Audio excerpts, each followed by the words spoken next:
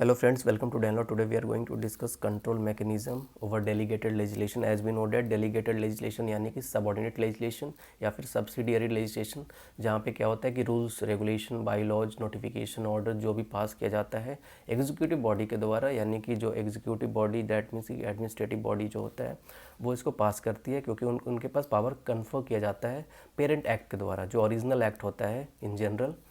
उस parent act के द्वारा, जैसे कि आरबीआई हो गया, आरबीआई का एक्ट हो गया, या मोटर व्हीकल एक्ट हो गया, या फिर कोई भी नॉर्मल आप कोई भी एक्ट इन जनरल ले सकते हो। तो उस एक्ट से क्या होता है कि पावर को कन्फर कर दिया जाता है, तभी तो इम्प्लीमेंट होगा in general. Okay, so control mechanism क्या करता है कि अगर पावर एग्जीक्यूटिव बॉडी के द्वारा यानी कि डेलीगेट किया गया है जो पावर, अगर वो विद इन परमिसेबल लिमिट है तो सही है।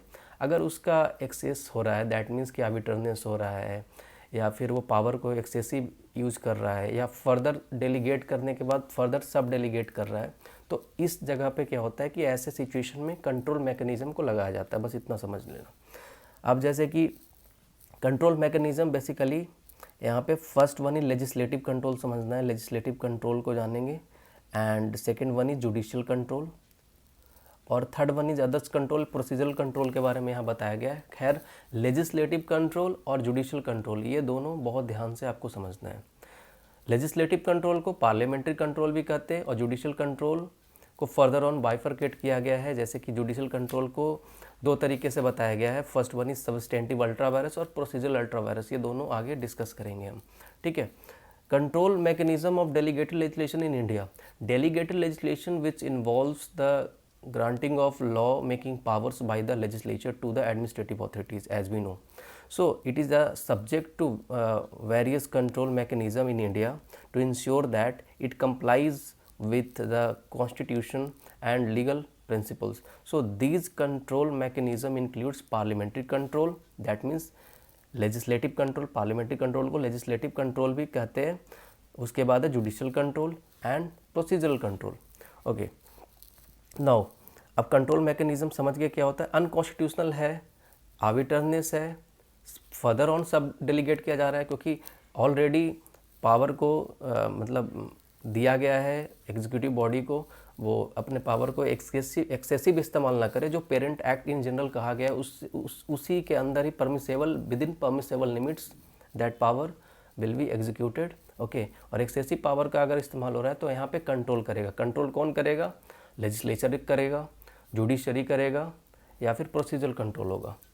Okay, now come to the next one, parliamentary control of delegated legislation. अब यहाँ से समझते हैं पार्लियामेंट्री कंट्रोल। यहाँ पे तो बिल्कुल सिंपल में लिखा हुआ है, a scrutiny by the parliamentary committee. Parliament exercises control over delegated legislation through parliamentary committee. So the Committee on Subordinate Legislation in India is responsible for scrutinizing and reviewing delegated legislation to ensure that it is within the scope of authority and does not exceed the power granted by the parent act. अब जैसे कि जो parent act है, जो original act है, जैसे motor vehicle act है, original act है। अब जो पेरेंट एक्ट जो कह रहा है उसके permissible limit, with in permissible limits में उसको डेलीगेट किया गया है एग्जीक्यूटिव को। जो भी पावर कन्फर किया गया है एग्जीक्यूटिव को, या फिर जो भी ऑथोरिटेटिव बॉडी है, अथॉरिटी है, उसको कन्फर किया गया पावर को, वो उतना ही इस्तेमाल करेगा जितना उसे ग्रांट किया गया है, जो रूल्स रेगुलेशन बनाएगा। समझ गए? So the committee can recommend changes और disapproval of such rules and regulation. देखिए, parliamentary control of delegated legislation को बहुत ध्यान से समझना। यहाँ पे क्या, इसको लेजिस्लेटिव कंट्रोल भी कहते हैं, लेजिस्लेटिव कंट्रोल। अब ये लेजिस्लेटिव कंट्रोल क्या है? लेजिस्लेटिव कंट्रोल ये है एक तरीके से, इसको कहा जाता है कि लेजिस्लेटिव वीटो भी कहते हैं इसको एक तरीके से। यहाँ पर चेक किया जाता है कि डेलीगेटेड लेजिस्लेशन कैसा बनाया गया है, मतलब जो पावर को डेलीगेट किया गया, वो कैसा बनाया गया है। अब यहाँ पे दो तरीके से कहा गया है, लेइंग ऑन टेबल और स्क्रूटनी कमेटी। यहाँ पे स्क्रूटनी कमेटी के बारे में बताया गया है।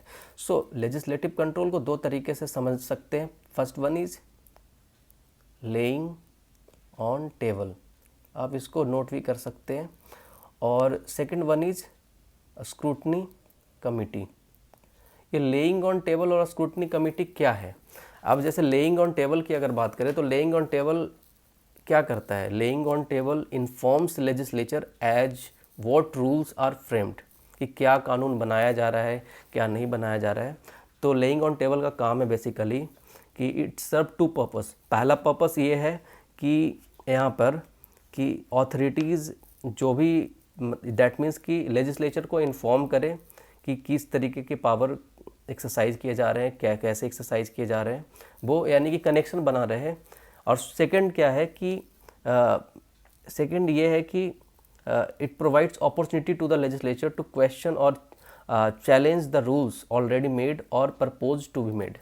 सो लेइंग ऑन टेबल बेसिकली क्या काम करता है कि it informs legislature as what rules are framed, कि लेजिस्लेचर को बताना है काम कि किस तरीके के रूल्स फ्रेम किए जा रहे हैं ऑथोरिटी बॉडी, यानी कि ऑथोरिटी के द्वारा, एग्जीक्यूटिव बॉडी के द्वारा। ओके, और ये क्या करती है, ये एक तरीके से अपॉर्चुनिटी देती है लेजिस्लेचर को कि वो क्वेश्चन पूछे कि क्या क्या लेजिस्लेटिव बॉडी के द्वारा जो कानून बनाया गया है और जो एग्जीक्यूटिव उसको एक तरीके से रूल्स या रेगुलेशन, बाई लॉज, नोटिफिकेशन जारी कर रही है, तो क्या ये सही है, क्या ये अनकॉन्स्टिट्यूशनल तो नहीं है। तो इस चीज़ों को, मतलब इन चीज़ों को देखा जाता है बेसिकली लेइंग ऑन टेबल में बेसिकली। तो यहाँ पे एक तरीके से जो लेजिस्लेटिव बॉडी है, यानी लेजिस्लेचर जो है, एक तरीके से सेफ्टी वल्व की तरह काम करता है। समझ गए, सेफ्टी वल्व की तरह काम करता है लेजिस्लेचर, एक तरीके से सेफ्टी वल्व की तरह काम करता है। और यहाँ पे क्या एक चीज़ और है कि सुपरविज़न है, लेजिस्लेचर का सुपरविज़न है कि एग्जीक्यूटिव बॉडी यानी कि अथॉरिटी को जो पावर दिया गया है, रूल्स, रेगुलेशन, नोटिफिकेशन जो जारी किया जा रहा है पार्टिकुलर चीज़, इन जनरल कोई भी चीज़ में, तो वो अथॉरिटी सही काम कर रही है, नहीं कर रही है, अकॉर्डिंग टू पेरेंट एक्ट वो काम कर रहा है, नहीं कर रहा। तो इन सारी चीज़ों को देखा जाता है। और मोस्ट इम्पॉर्टेंट थिंग है जैसे कि it brings legislature into close and constant contact with the administration, कि ये लेजिस्लेचर को क्या है कि लेजिस्लेचर यहाँ पे क्या है कि एक तरीके से एक कांटेक्ट बन जाता है कि check and control over the executive, कि एग्जीक्यूटिव के ऊपर एक चेक एंड कंट्रोल कर रहा है लेजिस्लेचर। इसके बाद आता है आपका स्क्रूटनी कमेटी। समझ गए, पहला काम क्या है कि क्या कानून बनाया गया है, उसको कैसे एग्जीक्यूटिव कंट्रोल कर रहा है, सेफ्टी वल्व की तरह लेजिस्लेचर काम करती है, उसके ऊपर सुपरविज़न करती है कि क्या जो कानून बनाया गया है उसको एक तरीके से सही तरीके से उसका पालन किया जा रहा है या नहीं, इम्प्लीमेंटेशन, इन्फोर्समेंट सही तरीके से है कि नहीं एग्जीक्यूटिव के द्वारा, कि जो भी rules, regulation, notification, order, by law जो भी पास हो रहा है वो सही तरीके से हो रहा है या नहीं हो रहा है। इन जनरल समझिए कि पेरेंट एक्ट जो कहता है, जो ओरिजिनल एक्ट कहता है, उसके अनुसार हो रहा है कि नहीं हो रहा है, कहीं पावर का ज़्यादा इस्तेमाल तो नहीं किया जा रहा है। तो इन सारी चीज़ों को देखा जाता है parliamentary control of delegated legislation में। सो लेजिस्लेटिव कंट्रोल का पहला पार्ट जो है लेइंग ऑन टेबल यही कहता है। और दूसरा पार्ट अगर बात करें स्क्रूटनी कमेटी, देखिए दूसरा पार्ट क्या है, स्क्रूटनी कमेटी।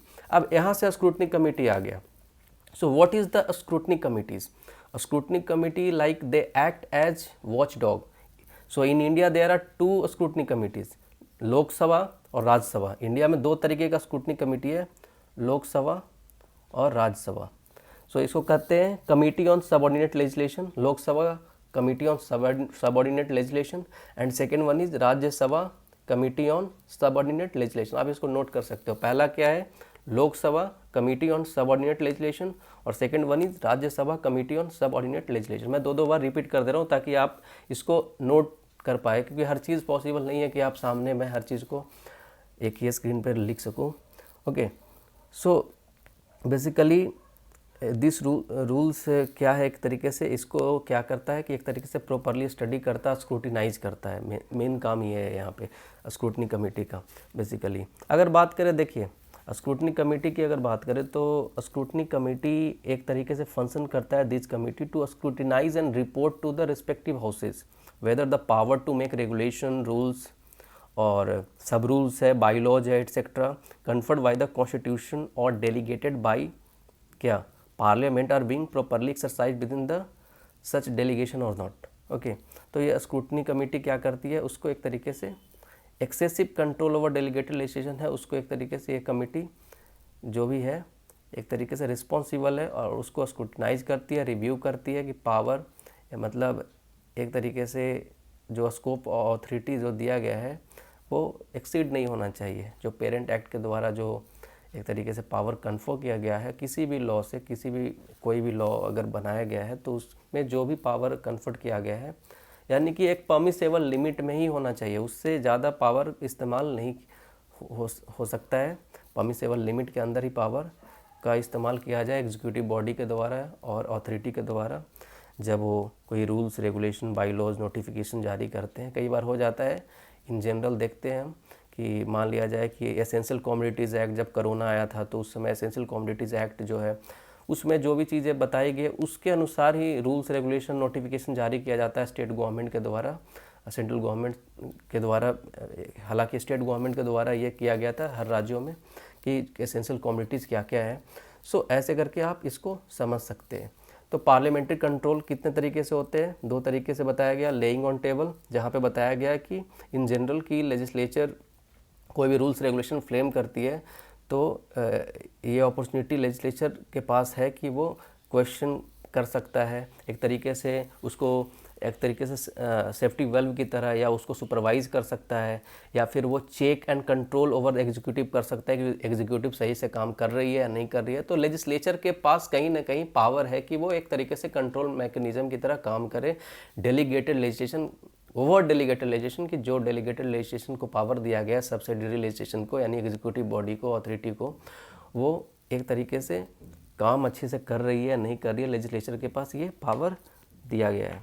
चलो, एक तरीके से सेफ्टी वेल्व की तरह काम करता है और एक तरीके से क्या है कि ये क्लोज कांटेक्ट भी है एक तरीके से एडमिनिस्ट्रेशन के साथ कि एडमिनिस्ट्रेशन काम सही से कर रही है या नहीं कर रही है। नहीं कर रही है तो इसके ऊपर कमेटी बैठाओ और committee Lok Sabha committee on subordinate legislation और Rajya Sabha committee on subordinate legislation, उसी को कहते हैं scrutiny by parliamentary committee.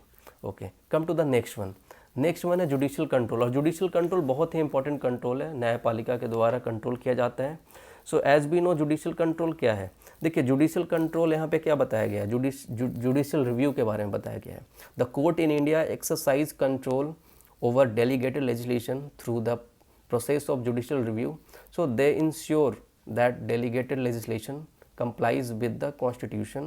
So the parent act जो ओरिजिनल एक्ट होता है जैसे कि मोटर व्हीकल एक्ट है, ओरिजिनल एक्ट है, and the principles of natural justice if any delegated legislation is found to be ultra virus beyond the powers और unconstitutional इसको कह दिया जाएगा, मतलब करार कर दिया जाएगा। अब देखिए जब कभी भी बात करते हैं जुडिशियल कंट्रोल का तो देखिए अब क्या बताया था कि कंट्रोल मैकेनिज्म क्या काम करती है कि अनकॉन्स्टिट्यूशनल हो रहा है या फिर विद इन परमिसेबल लिमिट में अगर काम नहीं किया जा रहा लेजिस्लेटिव यानी कि डेलीगेटेड लेजिस्लेशन के द्वारा। सो इसमें एडमिनिस्ट्रेशन कहीं ना कहीं जिम्मेवार है इसके लिए, और जो भी एग्जीक्यूटिव बॉडी है जिसको पावर को कन्फर किया गया है सो वो अगर अनकॉन्स्टिट्यूशनल यानी कि अल्ट्रा वायरस अगर कोई काम कर रही है तो यहाँ पे उस पर क्या किया जाएगा, उसके अगेंस्ट एक्शन होगा जो भी एडमिनिस्ट्रेटिव बॉडी होगी। खैर उससे पहले क्या है कि इसको समझना है, एक्शन तो बाद में होगा। खैर सबस्टेंटिव अल्ट्रा वायरस और प्रोसीजरल अल्ट्रा वायरस दो तरीके का चीज़ है यहाँ पे। फर्स्ट वन इज इसका judicial control of delegated legislation को समझने के लिए सबसे पहला क्या चीज़ है, सबस्टेंटिव अल्ट्रा वायरस, आप ध्यान से देखिएगा। और दूसरा है second one is procedural ultra vires. So when we talk about substantive ultra vires, क्या होता है substantive ultra vires and procedural ultra vires, ये जुडिशियल कंट्रोल का एक तरीके से टू टाइप्स है। Okay, so substantive ultra vires क्या करती है, when parent act is unconstitutional, खुद अनकॉन्स्टिट्यूशनल तो नहीं है। अब यहाँ पे जैसे कि आप देखिए सबस्टेंटिव अल्ट्रा वायरस में क्या होता है, substantive ultra virus means that delegated legislation goes beyond the scope of the authority conferred on it by the parent institute. जो ओरिजिनल लॉ है, जो ओरिजिनल पेरेंट एक्ट है, उसके अगेंस्ट जा रहा है। तो ये तो जाहिर सी बात है कि यहाँ पे अगर उसके अगेंस्ट जाएगा तो जुडिशरी कहीं ना कहीं अगर अनकॉन्स्टिट्यूशनल होगा तो फिर जुडिशरी उसको रिव्यू करेगी। डेलीगेटेड लेजिस्लेशन यानी कि जो एडमिनिस्ट्रेटिव बॉडी है, डैट मीन्स कि एडमिनिस्ट्रेशन इसके लिए जिम्मेदार है। अगर वो अपने पावर को पेरेंट एक्ट जो ओरिजिनल लॉ बना हुआ है उसके अगेंस्ट उससे एक्सेस पावर इस्तेमाल कर रही है, यानी कि सब डेलीगेटेड जो पावर है उससे, सब डेलीगेटेड नहीं कहे, मतलब सब्सिडियरी पावर जो दिया गया है एग्जीक्यूटिव बॉडी को, वो उससे ज़्यादा पावर को इस्तेमाल कर रही है। तो ऐसे केसेस में अब देखिए कौन कौन से ऐसे सिचुएशन होंगे जहाँ पे सबस्टेंटिव अल्ट्रा वायरस होगा, यानी कि जो पेरेंट एक्ट है उससे अल्ट्रा वायरस हो जाएगा। जैसे कि when the parent act is unconstitutional, सबसे पहले क्या होगा कि जब पेरेंट एक्ट अनकॉन्स्टिट्यूशनल होगा तो ऐसे केस में क्या होगा, ये सबस्टेंटिव अल्ट्रा वायरस कहा जाएगा, तो उसके लिए भी जुडिशरी कंट्रोल करेगी। When parent act delegates essential legislative function, जब पेरेंट एक्ट अगर डेलीगेट कर रही है एसेंशियल लेजिस्लेटिव फंक्शंस को, तो ऐसे केसेस में भी, ऐसे सर्कमस्टेंसेज में भी क्या होगा, जुडिशरी कंट्रोल करेगी, यानी जुडिशियल कंट्रोल होगा। In next like when delegated legislation is inconsistent with parent act, अगर डेलीगेटेड लेजिस्लेशन जो है यानी कि जो सब्सिडियरी लेजिस्लेशन है वो इनकंसिस्टेंट है पेरेंट एक्ट से, तो जाहिर सी बात है अगर पेरेंट एक्ट से जो original in general parent act जो ओरिजिनल लॉ है उसके इनकंसिस्टेंट काम कर रहा है, तो जाहिर सी बात है ये तो अनकॉन्स्टिट्यूशनल हो गया, तो उसका भी जुडिशियल रिव्यू होगा through judicial control. Okay, where like delegated legislation is inconsistent in general law, अगर डेलीगेटेड लेजिस्लेशन इनकंसिस्टेंट है जनरल लॉ में, तो ऐसे केसेस में भी क्या होगा, ऐसे सर्कमस्टांसेस में भी क्या होगा, जुडिशियल कंट्रोल होगा। डेलीगेटेड लेजिस्लेशन अनकॉन्स्टिट्यूशनल होगा तो ऐसे सिचुएशन में भी वो जुडिशियल कंट्रोल होगा। डेलीगेटेड लेजिस्लेशन आर्बिट्ररी होगा, समझ गए, आर्बिट्ररीनेस होगा, आर्बिट्ररी अगर होगा डेलीगेटेड लेजिस्लेशन, ऐसे सिचुएशन में भी जुडिशियल कंट्रोल होगा। सो ये सारे सबस्टेंटिव अल्ट्रा वायरस हैं।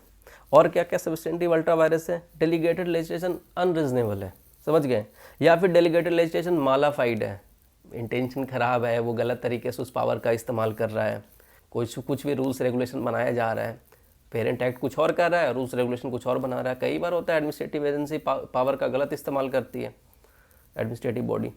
ओके, अगर फर्दर डेलीगेट सब डेलीगेशन हो रहा है, देखिए सब डेलीगेशन अगर पावर का हो रहा है, मान लिया जाए कि अब XYZ जो कोई भी पेरेंट एक्ट है वो ओरिजिनल लॉ है और अब उसको सब डेलीगेट किया जा रहा है, सबसे पहले तो सब्सिडियरी लेजिस्लेशन के पास जाता है, अगर सब्सिडियरी लेजिस्लेशन के बाद भी फर्दर ऑन सब डेलीगेट हो रहा है ऐसे लॉ, मतलब यहाँ पे क्या हो रहा है कि ये भी अनकॉन्स्टिट्यूशनल ठहरा दिया जाएगा, क्योंकि ये अथॉरिटी नहीं है कि वो एडमिनिस्ट्रेटिव बॉडी अपने जो पावर उन्हें सौंपा गया है, असाइन किया गया है, they cannot assign that power to the another, they cannot confer that power to the another sub delegated body और एजेंसी, अपना कोई हायर करके उसको मतलब दिया नहीं जा सकता है, ये अनकॉन्स्टिट्यूशनल हो जाएगा। या फिर कुछ सिचुएशन ऐसा होता है जहाँ पे डेलीगेटेड लेजिस्लेशन एक्सक्लूड कर देते हैं जुडिशियल रिव्यू को, ये जुडिशियल रिव्यू नहीं होगा, बहुत सारे सिचुएशन हो सकते, सर्कमस्टांसेस हो सकता है। या फिर delegated legislation operate retrospectively operate करता है, समझ गए, तो प्रीवियसली पहले से रेट्रोस्पेक्टिवली ऑपरेट कर रहा है ऐसे करके। सो ऐसा नहीं होना चाहिए। सो यहाँ पे ये है कि सबस्टेंटिव अल्ट्रा वायरस में ये कहा गया कि अनकॉन्स्टिट्यूशनल अगर हो रहा है, जो पेरेंट एक्ट है, जो ओरिजिनल एक्ट है इन जनरल, जो इन जनरल लॉ जो बनाया गया है पार्लियामेंट के द्वारा, उसके अनुसार ही rules regulation by laws notification administrative body के द्वारा बनाया जाए, एडमिनिस्ट्रेशन के द्वारा बनाया जाए, ताकि और उतना ही वो rules regulation by laws notification जारी करें जितना उनको पावर दिया गया है, उससे ज़्यादा अगर करेंगे तो उसको अनकॉन्स्टिट्यूशनल ठहरा दिया जाएगा और उसका जुडिशियल रिव्यू होगा। तो यहाँ पे जुडिशरी न्यायपालिका कहीं ना कहीं कंट्रोल करेगी, समझ गए। खैर, second one is procedural ultra vires. अब सबस्टेंटिव तो जान गए, अब प्रोसीजरल जानते हैं। तो प्रोसीजरल अल्ट्रा वायरस में क्या बताया गया है, प्रोसीजरल अल्ट्रा वायरस में क्या बताया गया, देखिए प्रोसीजरल अल्ट्रा वायरस दो तरीके से समझेंगे यहाँ पे। Procedural ultra virus basically publication और कंसल्टेशन के थ्रू होता है। अब जैसे कि 1 मिनट लिख दे रहा हूँ मैं, स्पेस तो नहीं है यहाँ पे, लेकिन कोई बात नहीं। प्रोसीजरल अल्ट्रा वायरस दो तरीके का होगा। First one is publications, publication requires होता है यहाँ पे, और consultation. So publication and consultation यही है ना, हाँ। तो पब्लिकेशन एंड कंसल्टेशन, इसको ध्यान से देखिए। सो प्रोसीजरल अल्ट्रा वायरस के बारे में जानने से पहले एक मैं रीड कर दे रहा हूँ। When a subordinate legislation fails to comply with the procedural requirements prescribed by the Parent Act or by a general law is known as procedural ultra virus. अब जैसे कि सबऑर्डिनेट लेजिस्लेशन कौन है, सब्सिडियरी लेजिस्लेशन, सबऑर्डिनेट लेजिस्लेशन वही administrative body है जिनको power bifurcate किया गया है, दैट मीन्स पावर कन्फर किया गया है उनको। तो अगर वो इस पावर का गलत इस्तेमाल करते हैं या फिर जो भी पावर उनको पेरेंट एक्ट के द्वारा दिया गया है और या फिर जनरल लॉ के द्वारा जो दिया गया है वो प्रिस्क्राइब पावर के साथ कंप्लाई नहीं कर रहे हैं, फेल्स टू कंप्लाई हैं, तो in that situation it is known as procedural ultra virus.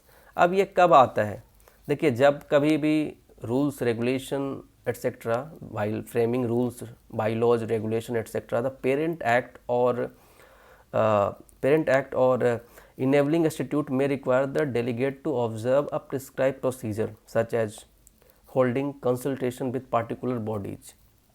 Okay, नहीं समझ में आया होगा। देखिए बेसिकली कोई भी जब बिल आता है, बिल क्या है, जैसे कि कानून बनने से पहले एक स्केलेटन फॉर्म में होता है ना, बिल आ गया, तो कोई भी बिल आता है तो बेसिकली पार्लियामेंट में बेसिकली कोई भी बिल आता है तो सबको पता चल जाता है कि वो बिल आया है।